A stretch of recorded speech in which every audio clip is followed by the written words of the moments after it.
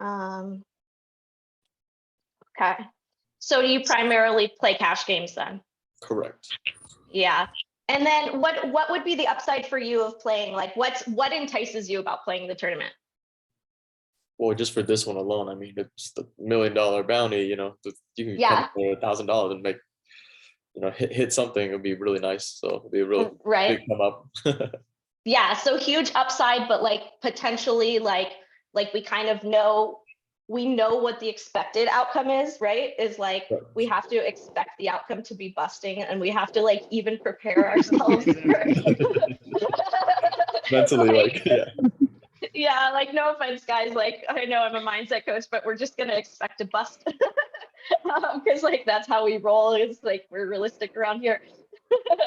But yeah, no, I totally understand. I totally get it. But yeah, you know, I think like it's one of those things where it's like this one in particular, the bounty tournaments are really interesting because like in a way it's like I mean, they're a little bit like a lottery, right? Like, I don't know. What do you guys think of these bounty tournaments? I think it's pretty interesting, especially, you know, with these ones that they offer in Vegas. It's like Yeah. you have to make day 2 and you have to make the money before the bounty even starts. Yeah, it's interesting, right? Yeah, and then on top of that, you have the rebuys. So it's like, you know, it's more for the professionals, I guess you could say. So it's they have more of an advantage in a way. 100%. Yeah. Like if you're firing multiple bullets, like you have a huge advantage, right? Which is kind of a problem overall in the poker community to some extent. I don't know if it's a problem, but it's a thing, right? Yeah, it just makes you like, you know, definitely want to work harder on that and then try to get your game up also. 100%. Yeah. So if you weren't to play the bounty tournament, what would be your alternative? What kind of games do you normally play? I kind of range around from anywhere. Like I'm pretty comfortable buying, you know, for 1,000, playing 2-5 or sometimes 5-10. It just all depends on the game and everything. Yeah. So if you think of it as like a one buy-in, like like lottery ticket. Yeah, exactly. I mean, essentially, that's kind of how I think of it. I'm like, oh, like this is so funny because, like, on the one hand, like, yes, it's a poker tournament, and yes, it's just like any other poker tournament. On the other hand, like, they're taking $1 million out of the prize pool and giving it to one random person. So, like, it changes the whole situation, and it makes it something so different. And like, I don't know if like I haven't played any of them yet because like I don't know how I feel about it. Yeah, I know. Same here. That's what I'm trying to figure out. Like, gonna play it tomorrow or not? Yeah, 100%. Drop it in the chat if any of you are playing the $1 million bounty tomorrow. I'm curious.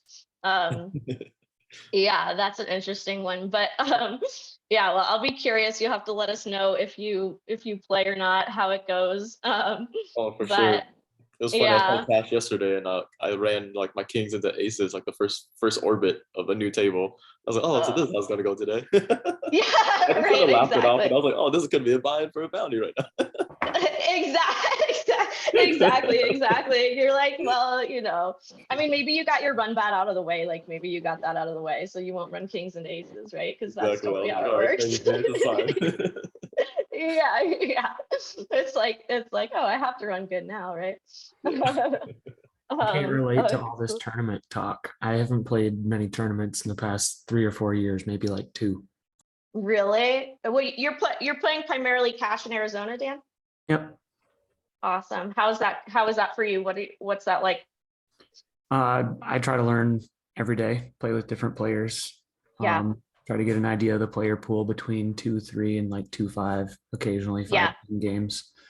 Yeah. That's what I've been up to. I'd like to go to all the other casinos in the area and try that out as well. Yeah, awesome. If you guys feel up to putting your cameras on, I would love to see your faces, any and all of you. I know some of you are probably like at poker tables or doing other things, or maybe having coffee in your boxers. I don't know, but if that's the case, leave your camera off. That's not an invitation for that. If I wasn't on my phones, I could put it on. I could put the camera on. I don't have one on my computer, actually. I got you. No worries. I would love for you guys to drop in the chat if you play primarily cash games or tournaments. And what your biggest struggle, what do you find your biggest struggle to be when it comes to playing? Is it tilt? Is it, is it strategy stuff? Is it focus? Is it prep mindset? Is it staying too long? Like, what are those things that you find? You're also welcome if you want to just unmute and talk, like, I'm totally fine with that. But yeah, so I'm curious what you guys struggle with. I know like a lot of the primary struggles that people come to me with are, obviously tilt, and a lot of that is like, it's very individualized. So it's one thing to like put some skills in a post and put it on Instagram for like how to deal with tilt, but it's like it's a very different animal to coach someone individually through tilt, because a lot of it has to do with our thoughts, feelings, and beliefs in that moment. So I'm curious what you guys struggle with, if there are specific things that, specific situations, specific things you have requests for coaching on. Jimmy says cash games, awesome. For me, I primarily played live cash games on and off for about a decade before retiring from poker. I don't know if you call it that or not. During the pandemic, and shifting to mindset coaching, which I have done some of in the past, and then went back to poker. And then switched back to doing mindset coaching full time. Now I do coaching with entrepreneurs and poker players, which is fun because a lot of poker players become entrepreneurs or are entrepreneurs at the same time. So I don't know if any of you guys run your own businesses or anything. Let me know in the chat. I'm totally curious about that. But what I found was like, in my experience with poker was that strategy can only take you so far, right? Like, we all have the same tools available to learn strategy. Like, for better, for worse, right now, the game is, as solved as it's ever been before. If you are willing to put in the work, you are able to make, if you're willing to put in the work, you're able to become a very GTO effective player, right? Like, there's a lot you can do to learn strategy, and you have the same tools as everyone else. The difference to me comes in with mindset. Like, to me, that's where the game changer is, because at some point we have to deal with the fact that we're not the solver, right? Like, we're not the computer, we're humans. And mindset is the biggest piece that allows us to play our best instead of just knowing how to play the best, right? So like, it's one thing to know what to do. It's another thing to execute it day after day after day after day, hour after hour, like whether it's an 8-hour cash session or a multi-day tournament. Like, this, all things being equal from a strategy standpoint, it's the person with the best mindset, with the strongest mindset, who is able to continually execute effectively, who's going to win overall, right? So like, to me, I feel like, mindset is such a missing piece of the puzzle that I think a lot of us in the poker world don't really give enough credit to, because it's like, oh, okay, yeah, like, it's kind of woo, it's kind of like whatever, like, people meditate and like all that stuff, right? But like, really what I need to do is buckle down on strategy. But it's like,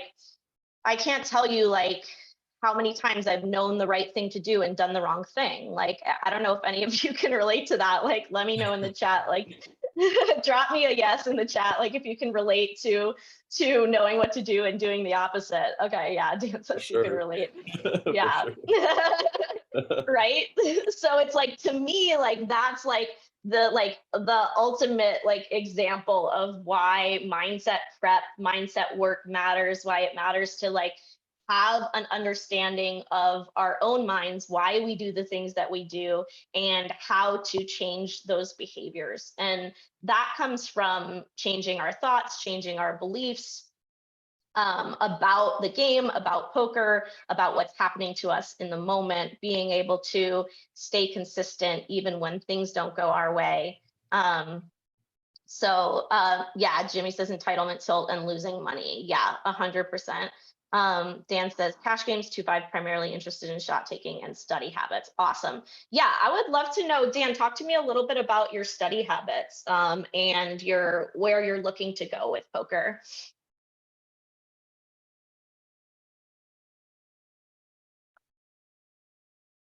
If you want to. You're welcome to unmute.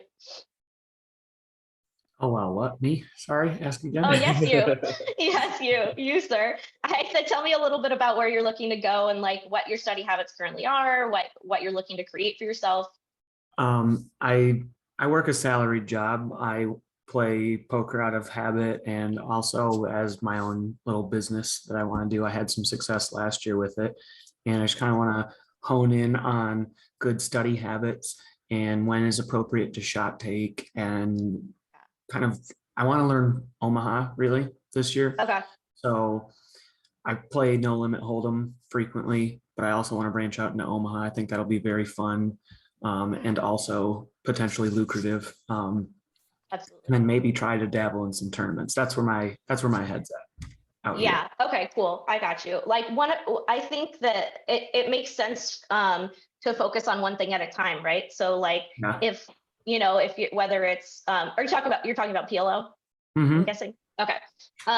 So yeah, whether it's to focus on PLO or focus on no limit tournaments or whatever it is, like I would definitely take one thing at a time. What are your study habits currently, or like what have they been in the past? If you're not studying right now, what kind of tools are you using, or do you want to be using? Like, talk to me about that. Well, currently I've been moving around and taking care of some personal business the past few weeks, so I haven't been studying, haven't been playing a whole lot, but has kind of given me a chance to kind of step back and kind of be like, well, what do I want to do with poker? Right? Like, yeah, I have to give myself a little bit of structure, like a routine, and I want to make sure I include poker with that because it's important to me. So what I did, like during COVID when things got shut down and whatever, is I played online. I used tracking software. I reviewed hands, marked them as I don't know what I'm doing in this spot. What do I do? And then I'd go back and I just play my session and I'd mark hands like that and review them afterward. And I kind of just used a bankroll management system to just move up and then take notes. And then I applied it at the casino whenever it opened and we went. Awesome. And did that work really well for you, that process? I feel like it did. I wonder if there's things that I can do to accentuate it, or how to study certain spots collectively, maybe use any kind of solvers or things like that, because I never did that. I haven't had any experience doing that, but I felt like I had positive success, not only because of my confidence at the table, but also I know we're not results oriented, but over long term, I was making money. So I must have been doing something right. Yeah, absolutely. Yeah. And I think if you have a formula that works for you, that's worked for No Limit Hold'em, like there's no reason to think that it wouldn't work again to do the same kinds of things for PLO. I think, like, I don't know, I'm not probably the first person to tell you exactly where to go to study PLO. I would love for anybody to drop in the chat if they do play and they've had success with either coaches or study tools, like with PLO, like what those were. But I do think that there's like the combination of studying that strategy and then breaking down, like, what are the things that have been problems in your game in general, because whether it's No Limit Hold'em or PLO or whatever it is, like we're taking the same human from one game and putting them in a new game. Right. And you're going to have the same kinds of struggles. There's just going to be 2 more cards and your relative hand strength is going to be less. But other than that, it's going to be like about the same thing. Right. Like you're still going to be coming up against the same thing. So I'm curious what some of those challenges were or have been. Word on the street, Dylan Weissman. Yes. That's like Dr. GTO, right? Yeah, he was going to be he's like the upswing poker coach for Omaha, and I was going to pursue that this year. I thought that was probably a good option. Awesome. Yeah, I would say, like, unless you're getting into, like, unless you're at a certain level, like my personal opinion is that you don't have to be the person to run the solves, right? Like unless you're at a certain level, the best way to learn, in my opinion, is to learn from people who extract the concepts, who have run the solves themselves and can teach them to you, because it is so hard to apply these matrices to real life without someone to tell you, what does it mean and how do you apply it and when, right? Like it's so that's like my plug for like actually doing strategy coaching as opposed to doing your own solves, unless you're at a place where like you've kind of hit the ceiling. Because it's a skill to extrapolate concepts from data, and you don't have to have that skill in order to benefit from the data. Does that make sense? I'd say so. Yeah. Definitely not an expert in it by any means. I'll learn until I'm good. Yeah. But yeah, what are some of your goals over the next year? Over next year is continue to invest time, and I don't mind money in coaching and seeking both better mindsets and poker coaching to continue to prioritize mental health around my poker approach and business side of things that I want to work on. So over the next year, a lot of playtime at the tables, accompanied by poker study that I've felt some success online and studying using that. Yeah, awesome. And you have like effective ways of, like tracking sessions and all of that stuff. Like you have all of the tools that you need to do that successfully for the next year in terms of like getting a sense of what your results are and your learning and stuff like that. Absolutely. So I used an app in 2021 for all of my poker use. I might swap that in 2022. I know it's halfway through the year, but I haven't really tracked much this year. Yeah, no, it's all good. But I think I want to switch to a different one. But I definitely have a means to track that and take notes on certain hands when it's live, rather than when it's online and I can track it. Yeah. Okay, cool. Yeah, that makes a lot of sense, I think. And I think like, so I'm curious, what are some of the things that you found were like sticking points or struggles when you've been playing, like even in your time of like successfully like winning over the long term, like what were the things that sort of like that you would get stuck on, or that would be sort of the downfalls within those days that weren't going as well? Maybe trying some like raised bluffs versus certain people. You always want to play tighter is righter early on, like the low limit stakes. That's just what it is. But versus certain opponents, I would try to maybe this works and fail, and then kind of get frustrated. And I think just getting frustrated would put me off of like a good mental game, like being comfortable what I'm doing and things of that nature, because I think more opportunities like that are going to be necessary as I continue to shop take and try to move up. Absolutely. Yeah. And especially like as you're learning new strategies, you're like, there's going to be this time frame where you're sort of just like throwing shit at the wall and seeing what sticks, right? Like you're recalibrating your game.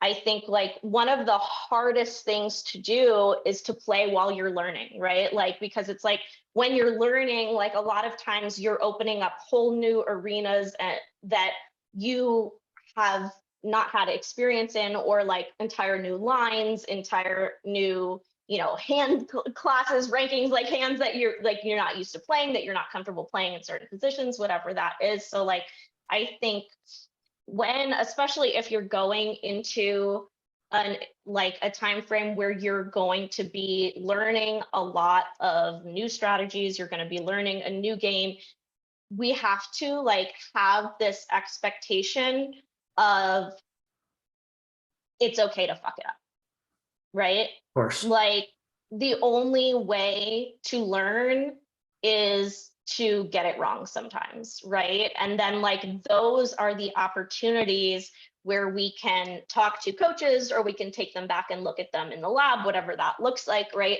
But like a lot of, I think like a lot of what I see people struggle with is not having realistic expectations in the short term, right? Like we have to expect ourselves to make mistakes, and we have to be willing to allow ourselves to make mistakes if we're going to grow as poker players, right? And so it's like knowing that like, and it matters what we make it mean, right? So like when we get frustrated because we've done something that didn't work, like first of all, we immediately start to make it mean things, right? Like that's how humans are. We judge situations and we try to like extrapolate meaning or assign meaning to them. It's how we interpret the world. So when we make a mistake, we immediately start to assign meaning to what happened, right? Because we're trying to understand it and we're trying to prevent it from happening again. And that can be like the moment where we get to decide how we feel, because what we make it mean determines how we feel about what happened. Does that make sense? Absolutely. So I'm curious, like when you've had experiences, when you've, tried something that didn't work, or, maybe something that was like out of construction or whatever it is, something based on like a live tell, or, like, deviated from your planned strategy, like what kind of thoughts and feelings do you, if you can kind of like pinpoint what those thoughts are in the moment? I guess a weird spot, right? Mm-hmm. Asking about. I was Mm-hmm. considering really calling light versus somebody that's been playing like very, very, very tight. Mm-hmm. They were like talking about their hand while betting, and they are generally a quiet person. And I was calling them really light, and just trying to follow through with my gut instinct and not worrying about, like bet sizes and things like that. It's just like I'm really just trying to follow my read, and I want to be right because I gotta be able to trust myself, right? And sometimes it's just really hard to follow through with just that gut and being maybe intimidated by like bet sizing. And I ended up showing after I folded, and I would have been correct because I knew that they didn't have much, and I would have been right. And I was kind of bummed because that was like a significant moment that night because nothing else was happening for me that day. Mm-hmm. And if I What do would have you, just trusted myself, it would have worked out. yeah. What do you think caused you to fold in that moment? Like, was there a fear involved? Was there like, what was the conversation in your head that caused you to make that decision? And like I knew I was in the bluff catch scenario, and probably a significant amount of like big blinds, I guess. Mm-hmm. The bet sizes, which I was just, it all lined up to be like, nope, I think it's a bluff. I think it's a bluff. And I just didn't follow through with it because maybe it was just, even if they showed me like a pair of sixes, that would have been better than what I ended up having. Yeah. I guess just doubting because I didn't have another bullet with me at that time, and I wasn't going to play if I ended up calling all in and losing. Yeah. And I was really interested in staying in that game because I felt like I could make a profit in that. Yeah, but that makes a lot of sense. I think like a lot of times, like I don't know if you guys have, if other people on here have had this experience, but like drop a 1 in the chat if you've ever made a decision based on the money instead of based on what you knew you should do. Because like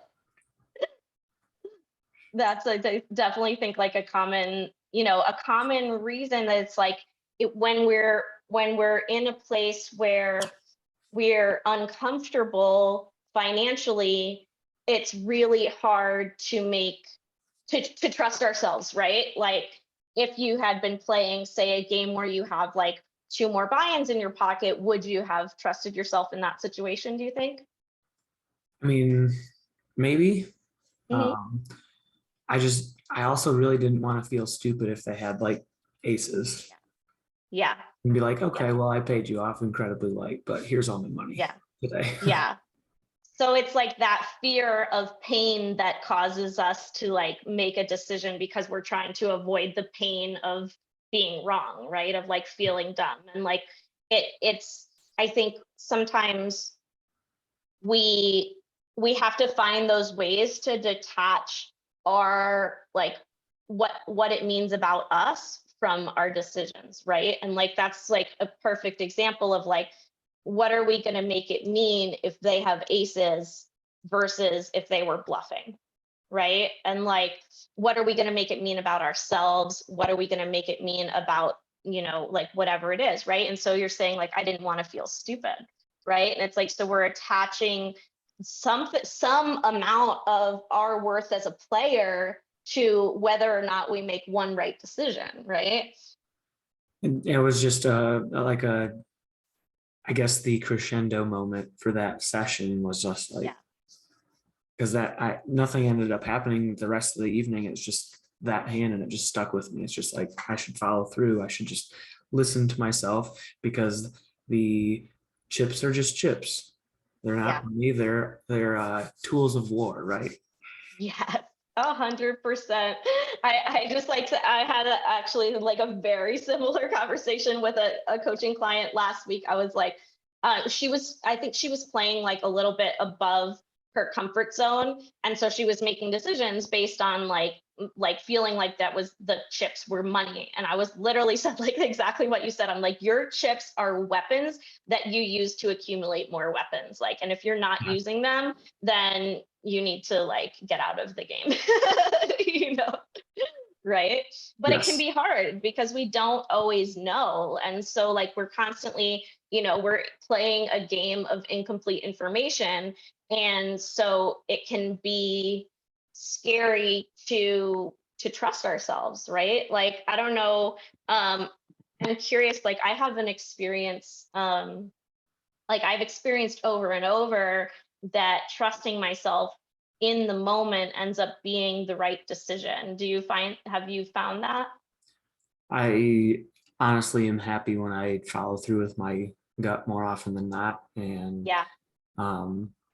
there's been times, at least that I can recall from last year playing, where I was comfortable and confident. And then even when I was wrong, I was just like, well, at least I know now, and I can learn from it and take it as like a lesson instead of, I guess, pouting. Yeah, totally. Right. Like, and I think the thing about trusting ourselves is like, as poker players, we've put in so many hours and so many reps in so many similar situations, right? And so we have all of this experience of what these like, you know, so like we're always taking in more stimuli than we can consciously process, right? And as we have so many hours and so many reps of seeing the same things over and over, our subconscious starts to recognize some of these things that our conscious can't articulate, you know? And so when we have those gut instincts, it's not just like, it's not nothing, you know, it's all of the stimuli that is coming at us too fast to consciously process, becoming the basis for these decisions because of our experience of whatever these little things are that we pick up and cumulatively tell us something that we have seen before. Does that make sense? Yeah, you learn over time, and your just natural instincts are kicking in, trying to tell you something. Yeah, 100%. Absolutely. Absolutely. I'm curious, is anybody playing the main? Let me know in the chat if any of you are playing the main. I'm very curious. If you're not I wasn't playing the main. Mm-hmm. I wasn't playing the main until maybe 10 minutes ago. A buddy of mine might have talked me into playing it. Are you serious? Yeah, hi everybody. I'm here at the Bellagio and was walking out and bumped into Brad Owen, and I think he's trying to talk me into playing the main. So I might end up, unfortunately, sitting there for 15 hours. Are you serious? What did he say to get you? That's great. He said, "Hey, are you playing the main?" And I go, "No." And then he goes, oh, you got to play the main. Like, it's great for us, it's content creators, blah, blah, blah, blah, blah. Oh. And then he was like, just think if you make day 5, how much exposure that is. And I'm just like, oh, God. That's so true. Then he was like, well, if you want to play it, you know, I'll buy a large piece of your action. And I'm just like, oh, don't say that. Like, oh my God. Like, yeah, so I might. I probably still won't, but I'll tell him I might. All right, well, save me 5% if you do. I have a quick question before I jump back into this game. Yeah. Something I think that I know I've struggled with in the past, and I think most poker players struggle with at one point, is the sticker shock of jumping up another level. Like, so I remember when I was playing 1-2 and 1-3, the idea of sitting down with like $1,000 at a 2-5 game with what I perceived as much better players than me was just daunting, right? And now that I've been playing a while, and I'm like a winning 5-10 player, and I win online, and obviously I beat 2-5 and 1-3 and blah, blah, blah. But the idea of sitting down with like 10K in a deep 10, 20, 40 game, when internally, like, I'm gonna get deep here. Okay, so internally, I still kind of think of myself as like the guy that's just like, goes to the local casino and plays 1-2, 1-3. You know what I mean? Like, I don't see myself as like a winning 5-10 player, even though I am. Like, just like I was telling you the other day, like, I was 150 pounds in high school. So when I look in the mirror, I still see myself as 150 pounds. It's the same thing. So like, when I look at myself, I still see myself as like a 1-3 player. Yeah. Even though I just play 5-10, you know, just play 5-10 consistently. So when I'm working with my coach and he's like, dude, you got to play 10-20. Like, you're more than ready for 10-20. You could just jump in the 10-20 game. And then I see the sticker shock. It like, I step back. You know what I mean? Even though I know I can beat the 10-20 game. So how do you talk to your clients that are going from 1-2 to 2-5 or 2-5 to 5-10, or that are even just going from their daily $60 local tournament to jumping into like the $500 whatever circuit event? Like, how do you approach that? Yeah, that's a good question. So I guess like my first thing would be to make sure you're rolled for it, right?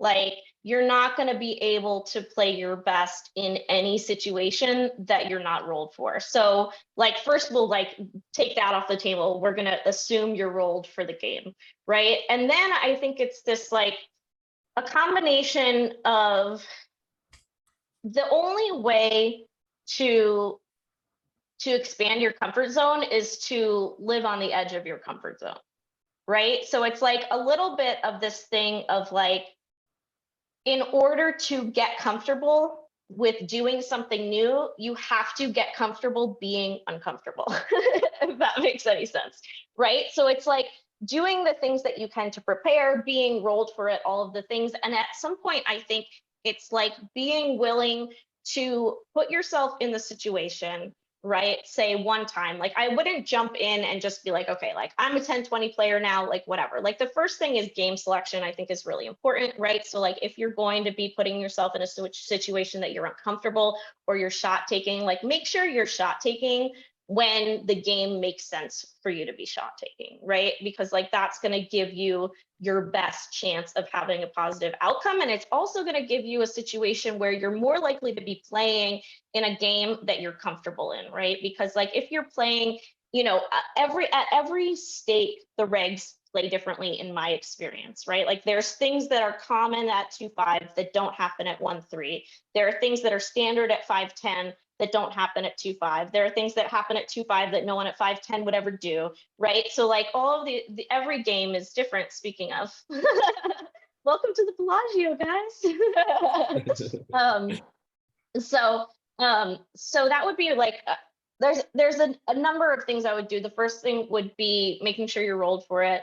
The second thing would be making sure that your game selection is good, like not just moving up blindly, and being willing to play the stake that has the best game rather than deciding, oh, well, like I'm a 10-20 player now, so I just play 10-20 when I walk in the room, regardless of what the games look like, you know? And I think that that becomes, you know, game selection becomes more important the higher you're playing.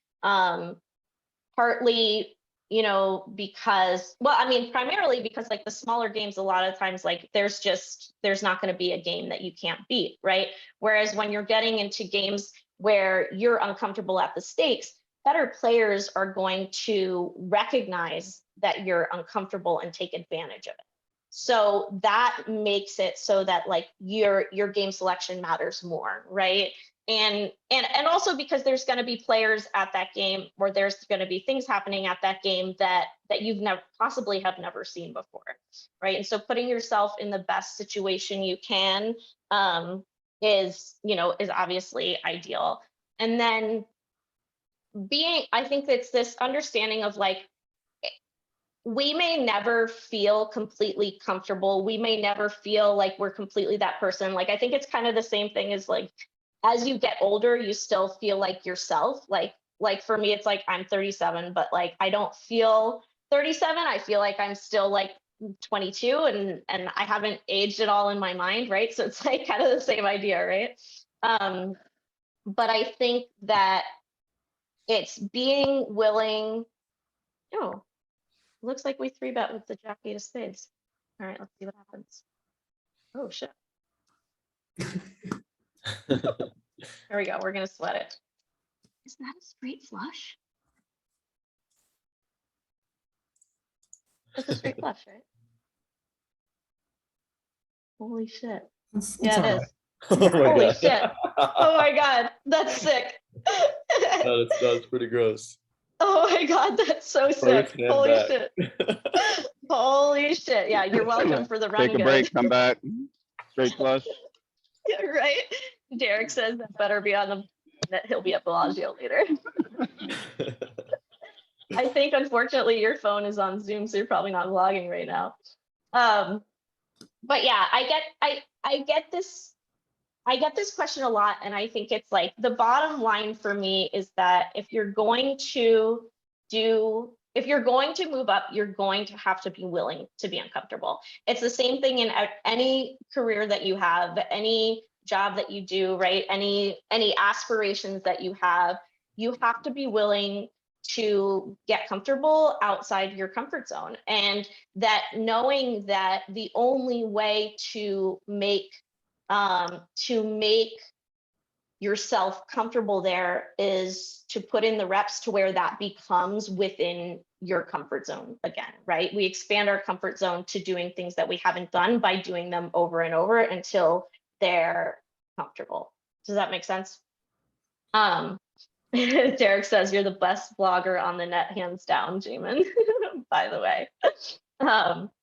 So yeah, I'm curious, do you guys have what you guys do, or do you have any preparation that you do for poker sessions? Like, let me know in the chat, yes or no, if you do have things that you do to prepare for the poker sessions.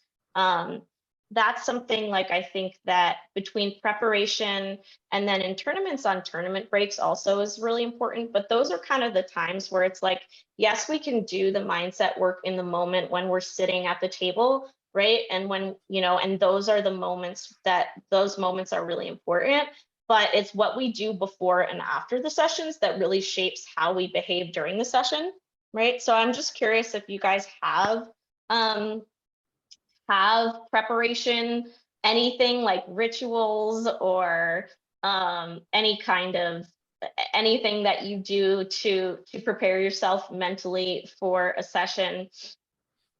Derek says, oh, Dan, go ahead. Yeah. Yeah, I was honestly going to piggyback what we see Derek saying, talking to himself mentally and to play your game. And don't get out of line, because he's still in he says he's still in small stakes. I mean, I still play small stakes. So you kind of like coach yourself up like, all right, I'm comfortable. I know what I'm doing. I need to just play my game and just trust myself, kind of like what we were talking about earlier. I like to bring something from my studies, from spots that I found, and try to look for those in my next session. I remember Yeah. Like when studying like squeeze spots, I was just like, all right, I want to find one, and I don't care if it's obnoxious, but we're going to try one. And then Yes. nothing would come up the next couple of sessions, but then there'd be an opportunity for it. Yes, 100%. Yeah, I love that because I think that's like, that's smart to take like one thing and focus on finding a spot for it. And that's like, I think definitely one way to expand your comfort zone, right? Is be like, okay, like I'm just going to take these spots and practice squeezing and practice getting comfortable squeezing, right? Or like whatever it is. I think that it makes a lot of sense. Derek says, stay away from the better players to get more experience, but also play with them to see where your leaks are. Yeah. And I think that you can I think like there's this thing that people talk about playing with better players to get better or playing with better players to learn. I don't think it's really a thing. I think that if you're going to, that getting better is something that we do off the table, and putting ourselves in optimal spots is the best thing to do at the table, right? So like when we could be the 9th best player in the world, but if we're playing with the, hey Brad, if we're playing with the, the 8 players that are better than us, then we're losing 100% of the time, right? So I think it's a matter of using the skills of better players off the table to learn. They're jacks, not jiggities. Yeah, exactly. Like, that's so funny. I love it. I think there's something to be said for putting ourselves in as many plus EV situations as we can live, and as we can on the tables, whether it's live or online, and then finding, using better players to help us find our leaks as coaches, or whether we're learning from things like Poker Out Loud or training sites or other things like that. But like to really be focusing when you're playing in putting yourself in the most optimal situation you can every time. Does that make sense? I'd say so. Yeah. Okay, cool. When I'm curious for when you guys find yourself making the most mistakes, and you're welcome to unmute or drop in the chat, but like, what is it that triggers you to make mistakes? Because I think that's the thing, like that's something that I get, I think is like, people come to me with quite often, right? Is like, they don't understand why they're making these decisions, right? So I'm curious what you find triggers you to make mistakes. I mean, I feel like when you're like stuck piles, you're just like, oh, you're not gonna make the same, decisions that you would make basically, if you were even, to say. A lot of people who start losing, they're like, all right, well, in this spot, let's just say, oh, if I'm down $1,000 or whatever, if I make this call, I could be up. Or if, if I lose this, if I make the wrong call, then it's just like, oh, now I'm stuck even more. Like, yeah, that's how you kind of 100%. gamble in a way of on your decisions. Yeah, 100%. Do you find like for you that happens? Has that happened to you before? Yeah, sometimes that's why on top I was talking about like entitlement tilt, and I just put losing money because obviously no one likes to lose money. But the entitlement tilts, like sometimes I just come in, like I fluctuate from small and medium stakes. And sometimes you just feel like you're entitled to win, and you're just like, it gets to the point where like if you expect yourself to win, and then now you're down piles, you're just like, all right. Yeah. You just start making bad decisions, and I don't know why, but this has already happened twice to me this year, but basically like I'll just go on like entitlement tilt and just start going all in blind and shit. Like I'm just like, I'm like, what am I doing? Like I know it's so wrong, but I'm just like, I was like, gamble. Oh my God, no, so Jimmy, no. Yeah. I did it at the beginning of this year, and I just did it like a month ago. So I'm just like, what am I doing to myself? Oh my God. Okay, so first of all, my question is like, are you doing that when you're playing low stakes, or like is it like a matter of like you don't really care about the money and you want to get even, or when do you find yourself doing that?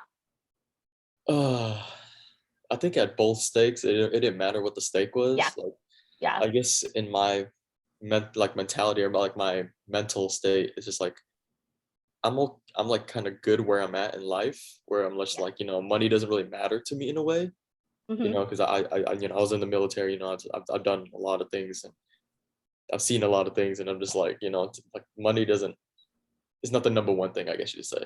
Yeah. But it does suck Mhm. losing, no one wants to ever lose, but it's just the fact Totally. that I don't know, sometimes I just get into these moods where I'm just like, I just get entitled, like, oh, why am I not winning? This is like the juiciest game ever. Yes. Oh my God. I think like freaking guys, let me know in the chat if you can relate to that, because I can relate to that. Where, nod your heads up and down. Yeah. I was like, mathematically, this is making no sense at all. Yeah, right. And it can happen that way. And it can happen that way like consistently, to where like the least likely thing is happening over and over and over and over, right? Yeah. Yeah. I think it's like it's really common, right? For us to walk into a poker game expecting to win. And then when we don't, we feel like something is unfair, right? And it's like sometimes we need those thoughts in the moment to bring us back, of like one of the thoughts I always try to remember when I'm losing to bad players is that like the poker ecosystem would not exist if this never happened. Right. Like if I never lost to someone worse than me, poker would be chess, right? And like nobody would play. So in a sense, it's like we have to sort of like take these moments and assign new meaning to them, so that they don't become things that hurt, like, or that they become things that hurt less, right? Dan says yes, like, how am I stuck in this game? Exactly. Oh my God, I've said that so many times. Like, do you see these people? Like, look at their faces. Like, how can I be stuck? Like, Yeah. that's so terrible, but I'm sure you guys like have been there before. And I think another thing with like just with everybody, I think can relate to this, is not a lot of people like to talk about, financially how they are, or like, Yeah. what their bankroll is and all that stuff, which is understandable, but sometimes it's just like, you just need a better understanding of like the view, I guess, if you have like a good mentor or anything like that, stuff like Right. that. And Right. and as Dan was saying before, like I haven't played a tournament probably in like 2 years. So for me to even think about doing this bounty one, I'm kind of just in a way winging it. Like Yeah. I know all the basic strategies and all that stuff, but like spots where like, I should be shoving like king A off, I'm not fully 100% prepared for those moments, but I feel Right. like I'm Right. just kind of taking a shot. I know I'm gonna lose probably, but If it folds to you on the button and you have 10 bigs, shove king 8 off. I don't know. I'm actually gonna check now. on the button. Shove 10 Ooh. bigs on the button, king 8 off. Yeah, we're winning 0.4 big blinds.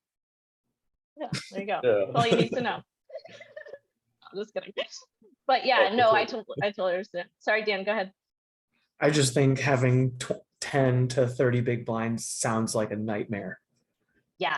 Coming Yeah. from cash games, if I have Yeah. to get in that tournament mentality where it's just like, oh, I have 16 bigs. All right, I got to do this ish. And it's just like, I don't ever Yeah. want to have 16 bigs. I'm not comfortable at 16 bigs. I need like Yeah. 100 or 200. That's great. Exactly. Yeah, I'm like the Exactly. deeper Like, the better. yeah. Like, can I get a pinch hitter when I get to 30 bigs? Yeah, please, thanks. Right? No, I think, and that's actually like, I don't know if you any of you are like thinking about playing more live tournaments, but like one of the ways that I've gotten really comfortable with shoving ranges and with busting is just playing a ton of volume online tournaments, because it's like, for me, has been the fastest way to to learn what I need to, right? To where it becomes more instinctual because I have those reps in. And then also like, there's so much about busting that hurts live that doesn't hurt online. Like you don't have to drive home. like if that's like not enough, I don't know what is, but yeah, but I think like it can be really hard, but for cash game players. So we're just, you know, that's not our comfort zone, right? Yeah, I mean the drive home. I don't know. I win or lose. The drive home was just like, especially when even when you lose. I guess it's me, but I love driving. But like that drive is so peaceful for me. I'm like mad, but then I'm just like, things Yeah, can be worse. yeah, totally. That's so true. It's like by the time you get home, like you probably feel fine, right? Yeah, I feel fine. I come home to like, you know, corgis at home, so I'm just like, oh, this is a winning day. So Oh, I grew up with 2 corgis. okay, I have 2 also.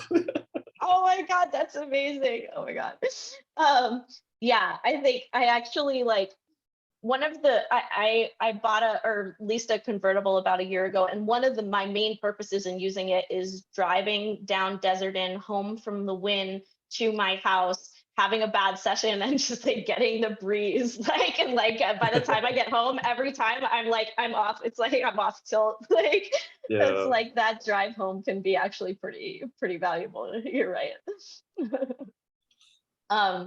Let me see. Derek says in the chat, lately I have been having a lot of bad suckouts or people making bad calls and ending up getting lucky. I was up over 3K in a 2-5 game and lost almost all of it in a few hands. Then I feel like I try to get the money back in the sessions I play after that. Okay. Yeah. And then he says, I bounce between 1-3 and 2-5, and I feel like most 1-3 players are too loose, and I can lose a lot if I'm at the table where there are a lot of that type. So my biggest thing is lately moving tables to where people play better but are not better than me. Okay, that's interesting. Yeah, I mean, I think there's something to be said for like when people are not playing standard ranges, it's beneficial to you because they're making mistakes, right? They're doing things they shouldn't be doing, but there is something to be said for like it can be harder to range them, right? So there's definitely that, like if you're more comfortable playing with people where you have a better sense of where you're at, like that's sort of like that self-awareness, right? Of like that might make a lot of sense. I think that with poker, in terms of the feeling like, you know, losing and then feeling like you're trying to get the money back in the following sessions, like I think there's a couple ways we could come at that. One of them is that our poker graph is just like success, right? Like it's not linear. And so for us to expect to have a linear graph to where it just keeps going up and up and up is unrealistic, right?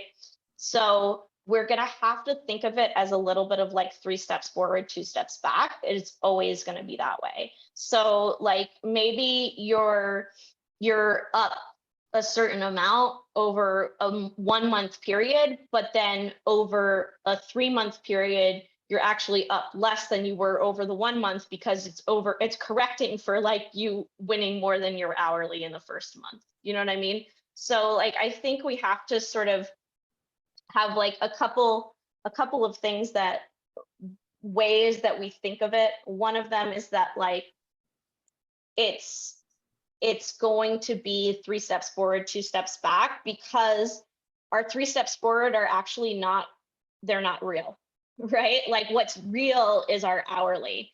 Our winnings are not actually real.